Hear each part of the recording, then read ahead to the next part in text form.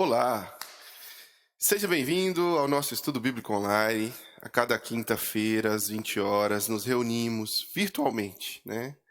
Existe esse momento, esse espaço para nos conectarmos virtualmente e estudarmos a Sagrada Escritura juntos. Temos disponibilizado ah, a cada quinta-feira 30 minutos de reflexão, de aprofundamento, de estudo no texto sagrado. E você que já tem acompanhado aí há algum tempo, seja sempre muito bem-vindo. Você que está vindo hoje pela primeira vez, seja bem-vindo também. Nosso objetivo é disponibilizar para você a maior proximidade com o texto sagrado possível. Seja através dos nossos estudos bíblicos de quinta, seja na escola bíblica dominical, 9 horas da manhã, seja nas pregações que nós fazemos no templo e a transmissão dessa pregação que fazemos todo domingo a partir das 18h20. Você é muito bem-vindo em todas as programações virtuais, mais bem-vindo ainda nas programações que fazemos presenciais. Todo domingo às 18 horas, nós estamos na Avenida Dom José Gaspar, número 185, no bairro Coração Eucarístico. Venha nos visitar, você será muito bem-vindo. O texto sagrado diz: alegrei-me quando me disseram, vamos à casa do Senhor. Venha adorar a Deus conosco, sinta-se sempre muito bem-vindo. O nosso interesse, nossa vontade como Igreja de Cristo é proporcionar para você a melhor experiência possível com a Palavra de Deus, com o texto sagrado, com a vontade de Deus na sua vida. Que existimos para honrar a Jesus. E como Jesus, queremos também proporcionar um ambiente em que você possa realmente compreender o texto sagrado e aplicá-lo em sua própria vida para o próprio bem seu, da sua família e de todos os que te cercam. Estamos estudando Romanos às quintas-feiras. Fizemos um longo estudo sobre Atos dos Apóstolos e agora estamos a cada quinta-feira separando porções de Romanos e estamos compartilhando essas lições. O apóstolo Paulo escreve aos romanos na expectativa de que ele faria uma visita a eles. E preparando para essa visita, ele tem um interesse no seu coração de trazer àqueles irmãos algumas orientações práticas quanto à vida cristã. E neste contexto original que ele escreve, há também muitas controvérsias ligadas à prática judaica. Então, o povo hebreu, o povo de Israel, eles estavam convertendo-se a Jesus, né? Se entregando a Jesus, sendo servos de Jesus, mas eles carregavam ali, no início da era cristã, no início do mover de Deus na vida das pessoas através de Cristo, eles carregavam ali muitas questões, muitas dúvidas, certa incredulidade, com relação a essa nova estrutura que estava sendo criada, mas que na verdade não era muito nova, porque as profecias sobre essa estrutura já haviam vindo antes, mesmo no Antigo Testamento.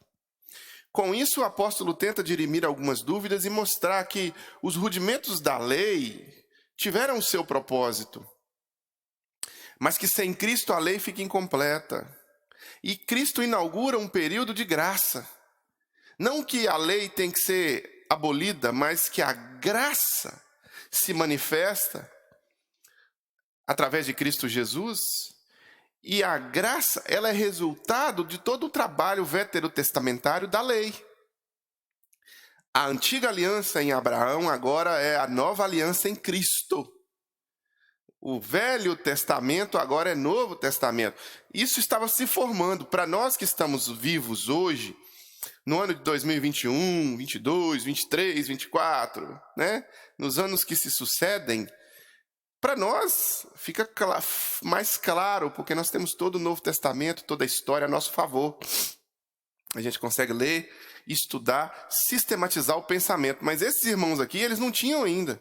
Eles estavam formando o cristianismo e as cartas estavam sendo escritas, eles estavam vivendo. Então, existia muita coisa neste contexto de dúvida quanto às promessas oriundas do Messias em Cristo e alguns apontamentos que os sacerdotes judeus estavam fazendo com uma espécie de contra-ataque religioso porque eles mesmos que foram os construtores que rejeitaram a pedra angular, né, como o apóstolo Pedro diz, eles mesmos que rejeitaram Jesus, que crucificaram Jesus. E aqui os irmãos de Roma recebem a carta, e o apóstolo Paulo tenta orientá-los sobre a importância, na semana passada, né, a importância de realmente entender que esse apontamento da lei é para Jesus.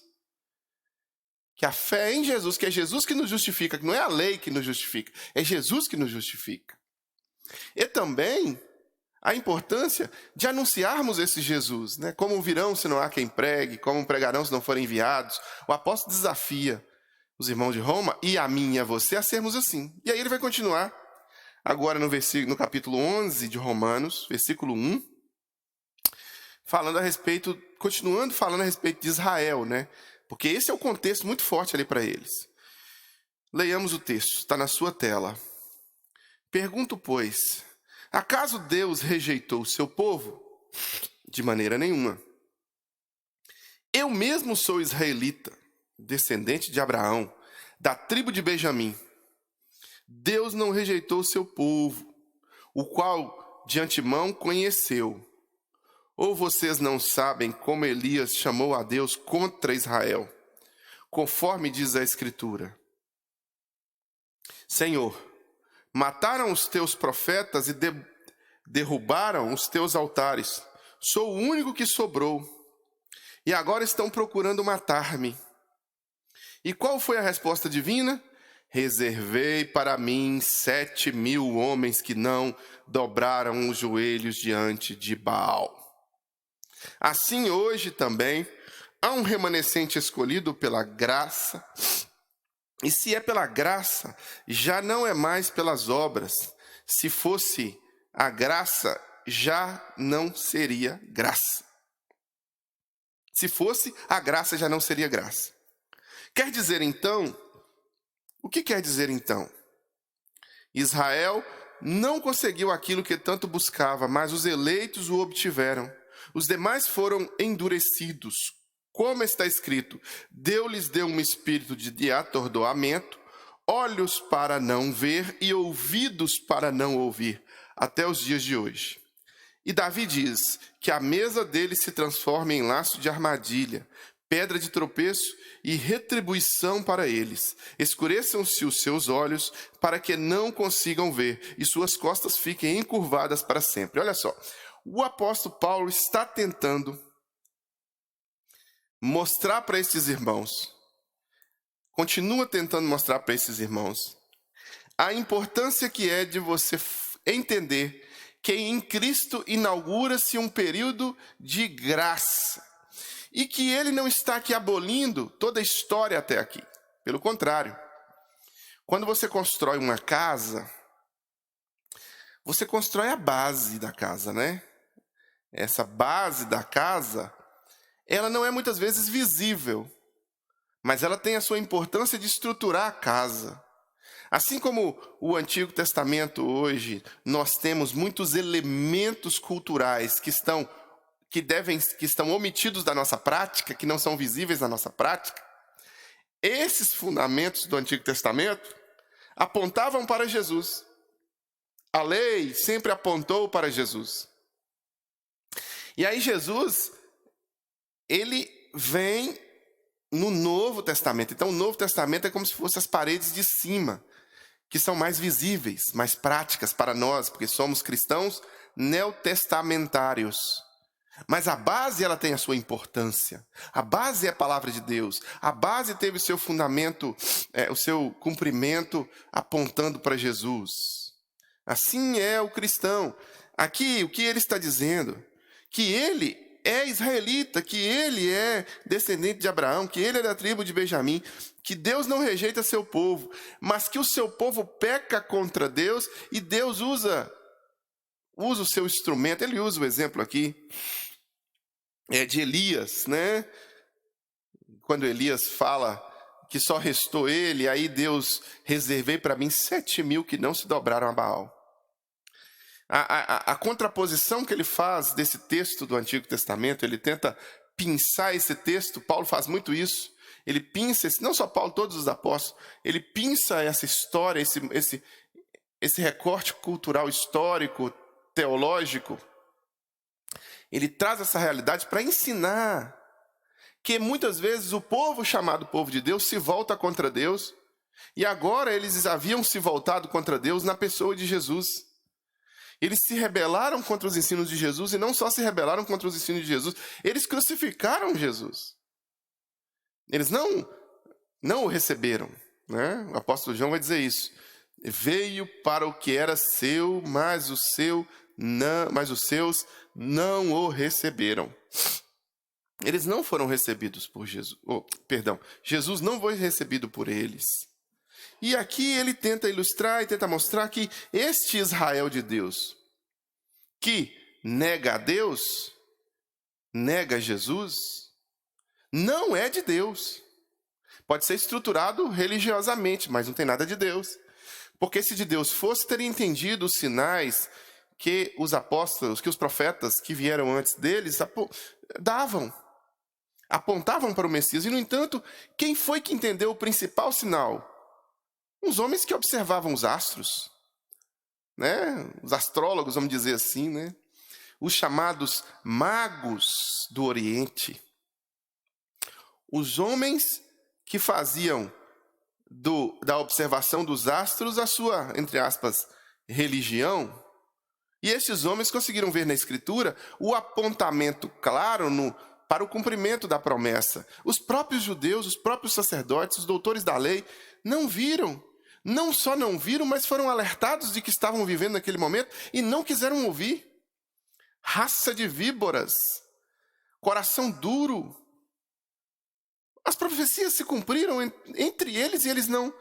Assim, o que o apóstolo está tentando dizer é que este povo escolhido, este povo que foi escolhido para ter a herança, ficou cego pela religiosidade vazia e não se entregou a Jesus.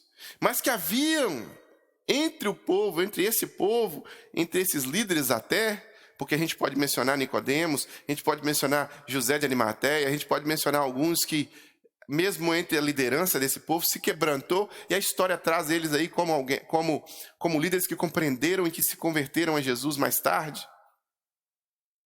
Mas a maioria deles ficou com o coração fechado na sua estrutura religiosa. O que não acontece hoje?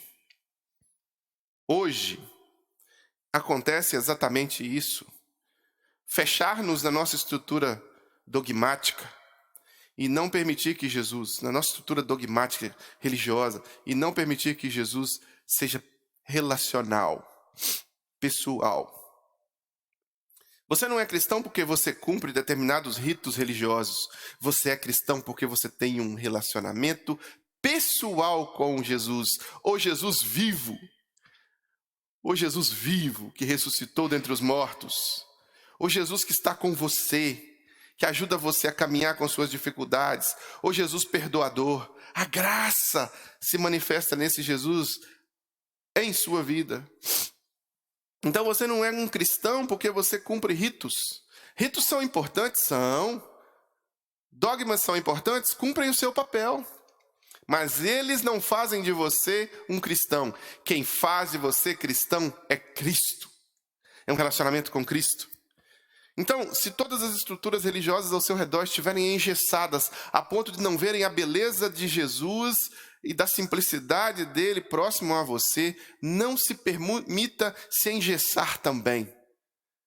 Se entregue a Jesus de forma pessoal, relacional, íntima, e tenha Jesus como alguém que está próximo a você e que vai conduzir você a pastos verdejantes e a águas tranquilas, independente da situação a qual o mundo está vivendo, independente da situação ao qual as estruturas religiosas que te cercam estão vivendo. Não se permita ser Maria vai com as outras.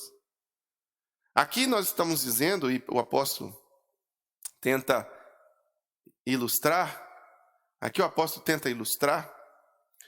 que existem alguns que de fato não se dobram à cultura, que não se dobram à cultura religiosa estruturada ao seu redor, cega de Deus. Existem alguns que não se dobram também à estrutura mundana, secular. Esses são os remanescentes fiéis, e o apóstolo tenta usar aqui de sabedoria para trazer clareza no coração destes meus irmãos que são destinatários dessa carta, e com isso também clareza aos nossos corações, ao meu e ao seu, que sejamos também desafiados a vivermos um cristianismo prático, fundamentado na palavra e não engessado por estruturas religiosas cegas de Deus, cegas por Baal, cegas por Mamon, cegas pelo dinheiro, cegas pelos príncipes deste mundo, cegas por Satanás. Muitas igrejas não são noivas do Cordeiro, são prostitutas que se venderam por dinheiro. Não se engane, não se deixe enganar. Foque no alerta que o apóstolo dá. Seja o remanescente fiel. Assim como ele estava tentando trazer isso para a realidade dos irmãos do primeiro século, que essa seja a nossa realidade também, que essa seja a minha e a sua realidade. Continuando no versículo 11, ele vai falar sobre os ramos que são enxertados, né, vamos lá. Novamente pergunto, acaso tropeçaram para que ficassem caídos? De maneira nenhuma. Ao contrário, por causa da transgressão deles, veio a salvação para os gentios, para provocar ciúme em Israel. Mas se a transgressão deles significa riqueza para o mundo, e o seu fracasso, riqueza para os gentios, quanto mais significará a sua plenitude. Estou falando a vocês, gentios. Visto que sou apóstolo para os gentios, exalto o meu ministério, na esperança de que, de alguma forma, possa provocar ciúmes em meu próprio povo e salvar alguns deles. Pois se a rejeição deles é a reconciliação do mundo, o que será sua aceitação, senão vida dentre os mortos? Se é santa a parte da massa que é oferecida como primeiros frutos, toda a massa também o é.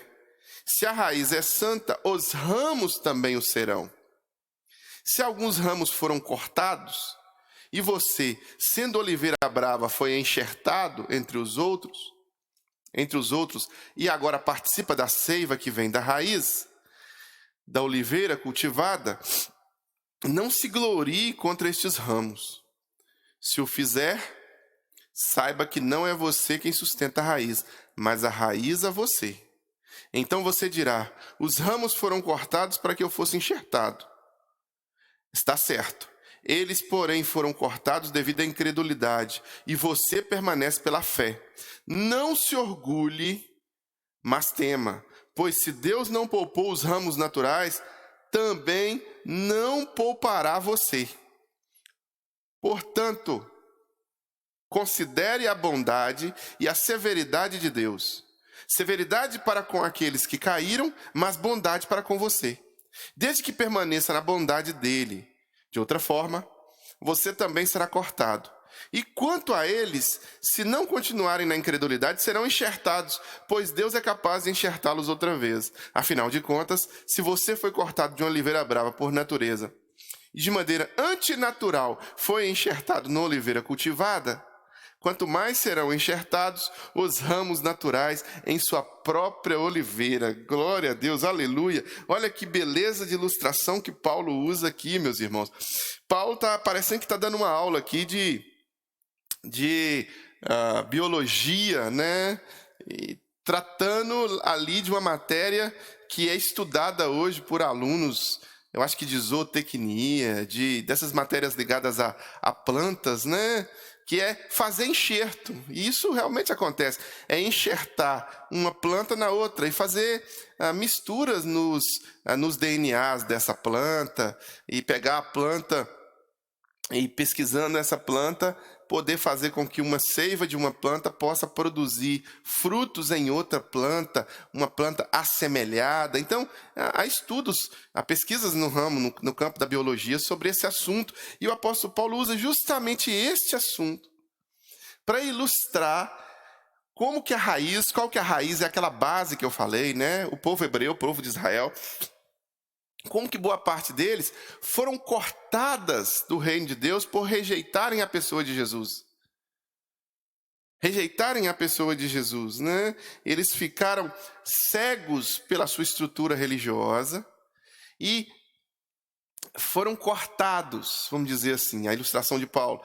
Mas muitos fiéis remanescentes permaneceram e entenderam as profecias. Compreenderam quando Isaías falava do profeta, do Messias, e se entregaram ao Messias.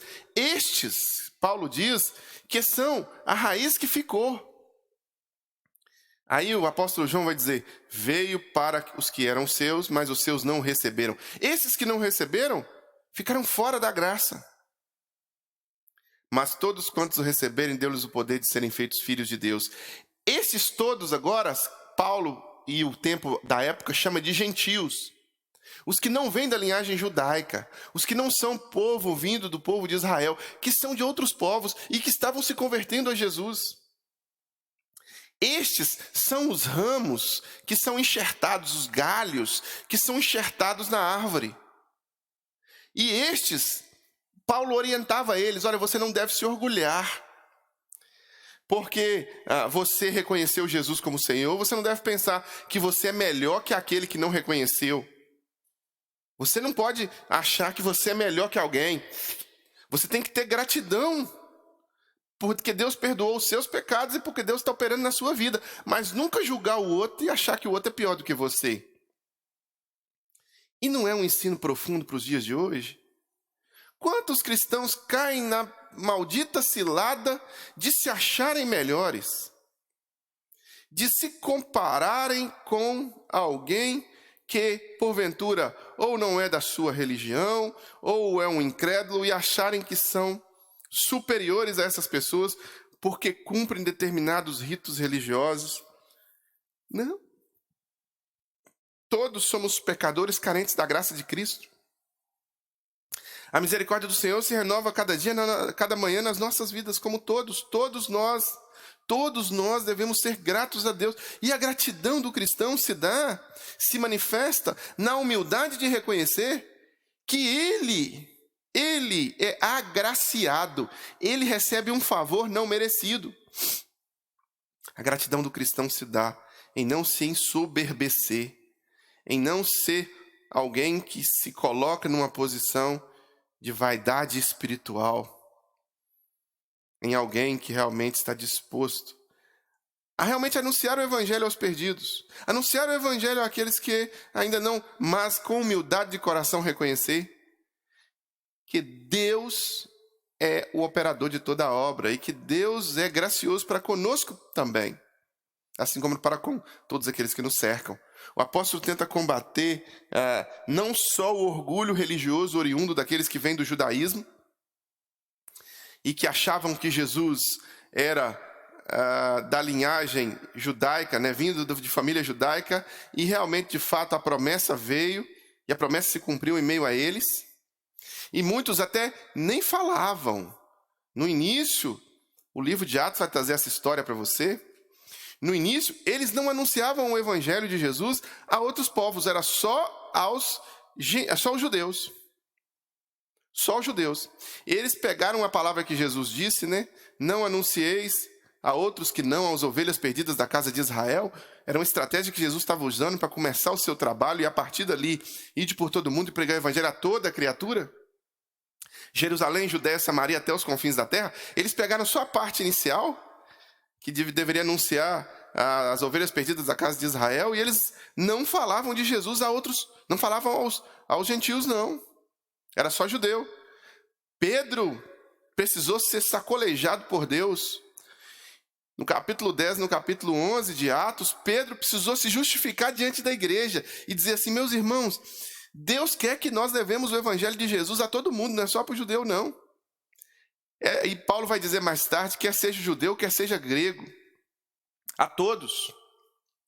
E aí, o judeu não pode se orgulhar de achar que é alguma coisa, assim como o grego também não pode achar que é alguma coisa, o gentil, o romano. Não, todos nós, cada um de nós, devemos manter a humildade de que somos agraciados e que o senhorio de Jesus sobre as nossas vidas, quer judeus, quer gregos, quer livres, quer escravos, todos estão em igual patamar e todos nós carecemos do perdão e da graça do nosso Senhor Jesus Cristo nas nossas vidas. Aqui o apóstolo tenta trazer a clareza de uma árvore. A árvore, ela estava produzindo bons frutos, e aí ela deixou de produzir, aquele ramo foi cortado. Outros ramos que produzem bons frutos foram enxertados. Olha para você ver. A oliveira brava, que o apóstolo Paulo coloca aí como gentil, ela é enxertada na que produz, né, bons frutos, ramos, e se torna ramo natural. Se torna ramo natural com a seiva vinda de Deus. Então não há aqui o ramo que foi enxertado depois, se achar que é pior ou que é melhor, ou o ramo que está... O apóstolo Paulo tenta fazer essa comparação. E essa comparação, ela se aplica a nós de uma forma muito intensa.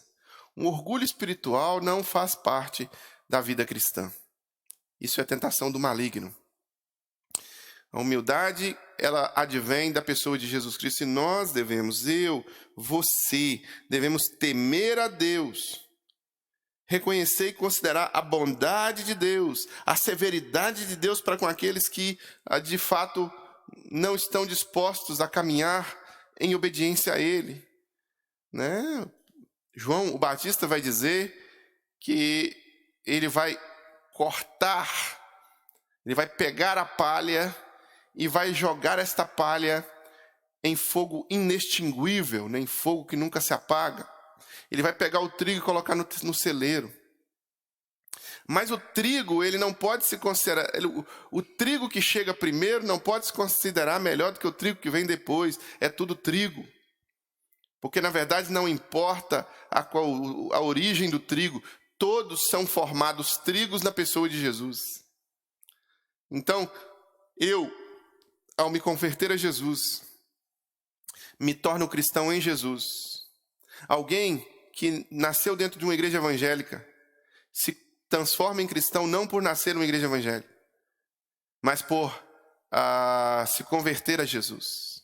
Aquele que veio de um outro contexto religioso e se converte a Jesus, todos nós, em Cristo, nos tornamos irmãos e estamos no mesmo patamar, no mesmo alinhamento horizontal, olhando verticalmente para o alto e vendo que as graças e as bênçãos são derramadas do alto. E elas fluem através de nós como galhos. O Mestre Jesus: eu sou a videira, vós sois os ramos, os galhos. Sem mim, nada podeis fazer. Que esse seja o nosso espírito. Que esse seja o nosso propósito. Que esse seja o nosso reconhecimento. Nós servimos a Jesus. E servindo a Jesus, nós não somos melhores e nem somos piores do que ninguém. Nós somos servos de Jesus e fazemos para Ele, por Ele, e o motivo do qual nós fazemos e o motivo do qual nós caminhamos é Ele. Que tenhamos em nosso coração e em nossa vida prática essa verdade implantada e que não nos consideremos superiores a ninguém e que não nos consideremos melhores do que ninguém, porque fazemos mais atividades do que os outros, ou porque, de certa forma, temos mais tempo de igreja do que os outros, ou porque, estamos em uma posição na igreja e outros não estão nessa posição. Não deixemos que o orgulho espiritual tome conta do nosso coração e façamos para o Senhor. Quer você coma, beba, faça qualquer outra coisa, faça para a glória de Deus. Se você oferta voluntariamente o seu tempo, que isso seja para a glória de Deus. Se você mete a mão no bolso e dá a oferta do seu dinheiro, não imagine que o seu dinheiro é mais do que o dinheiro daquela pessoa que dá poucos centavos. Às vezes você dá uma oferta grande e você pensa: eu estou dando mais. Não. Se você quer dar uma oferta grande, glória a Deus por isso, mas mantenha o seu coração humilde. Não deixe o seu coração ficar inchado pensando que você é melhor porque faz isso ou porque faz aquilo. O ego mata o espírito. o ego inflado por ativismo ou por vaidade, é o que Satanás quer no nosso meio, para pensar que somos melhores do que os outros, mas nós não somos. Que tenhamos humildade no nosso coração e que reconheçamos que sem Jesus nós não podemos fazer coisa alguma. Agora eu quero orar, e nessa oração eu quero pedir a Deus que nos abençoe para que sejamos assim. De fato, pessoas que têm uma humildade no coração e que reconheçam que sem Jesus nós não podemos ser coisa alguma. Que esse seja o seu compromisso, que esse seja o meu compromisso. Se você quiser estar conosco, nós estamos nos reunindo na Avenida Dom José Gaspar, número 185, no bairro Coração Carístico, bem próximo a PUC Minas, quase na frente do Museu da PUC. Se você está na Grande Belo Horizonte, seja bem-vindo. Todo domingo às 18 horas nós nos reunimos presencialmente aqui. Os demais dias nós estamos reunidos pelos grupos de oração que temos virtual, pelo estudo bíblico como esse aqui que você participa, toda quinta, 8 horas. Nós temos no domingo de manhã, 9 da manhã, a Escola Bíblica Dominical. E nós transmitimos a reflexão, a pregação. Todo domingo, às 18h20, é transmitida a pregação da igreja, que é feito no templo. Mas se você está em Belo Horizonte, venha. Não fique em casa, não. Participe, congregue. Congregar é parte da vida cristã. Esteja com os seus irmãos, esteja em comunhão com seus irmãos. Se você quiser ofertar, na sua tela está aí a chave Pix, financeiro@igrejadocoração.com, e através dela você pode fazer sua transferência bancária e você pode dar o seu dízimo, sua oferta, que será usado para a glória de Deus também, que será usado para a edificação da igreja, para a propagação missionária da igreja, para o trabalho social que a igreja faz, tá bom? Então vamos orar agora. Pai, em nome de Jesus, oro agora por nossas vidas, pedindo a Tua bênção, a Tua direção. Seja com os meus irmãos que comigo agora intercedem ao Senhor e com suas famílias. Os abençoem e os guardem. Que esta palavra de reconhecimento de humildade dada aos irmãos do primeiro século sejam como uma martelada forte no nosso coração e que possamos também aprender a ter humildade, quebrantados diante do Senhor, reconhecendo que sem o Senhor nós não podemos fazer qualquer coisa, e que quer comer, quer beber, ou fazer qualquer outra coisa, que nós, cristãos do século XXI, façamos para a Tua glória, Pai. Que assim seja nas nossas vidas e nas nossas famílias. Livre-nos de todo mal, em nome de Jesus. Amém. Que o amor de Deus o Pai, comunhão e consolação do Santo Espírito e graça de Jesus seja sobre a vida desse meu irmão, dessa minha irmã e de sua família.